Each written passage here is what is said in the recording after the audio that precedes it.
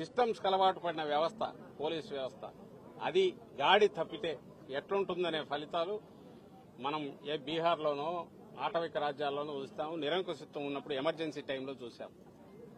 ఇప్పుడు మళ్ళీ అది రుచి చూపిస్తున్నారు. మళ్ళీ వెనక్కు తెచ్చుకోవడం కష్టం. చంద్రబాబు నాయుడు గారికి అది తెలిసినట్లేదు.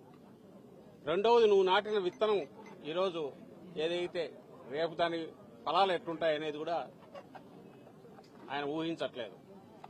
భయంకరంగా ఉంటాయి. ఇంత సింపుల్ అనుకోరా. కేసులు పెట్టచ్చు ఎవడి మీద అయినా, ఇద్దరు కలిసినా లేదా ఒకరిద్దరు ఫోన్లో మాట్లాడుకున్నా దాన్ని బేస్ చేసుకుని ఒకటి పట్టుకొచ్చి కాళ్ళు ఎరగొట్టి కన్ఫెషన్ రాయించుకుంటే వరుస పెట్టి 10 మందిని జైల్లో తోయొచ్చు, హెరాస్ చేయొచ్చు. ఏదంటే అది స్థానిక సంస్థల ఎన్నికల్లో చూసాం. ఈ మధ్య జరిగిన ఉప ఎన్నికల్లో నిన్నటికి నిన్న తెనాలిలో చూసాం.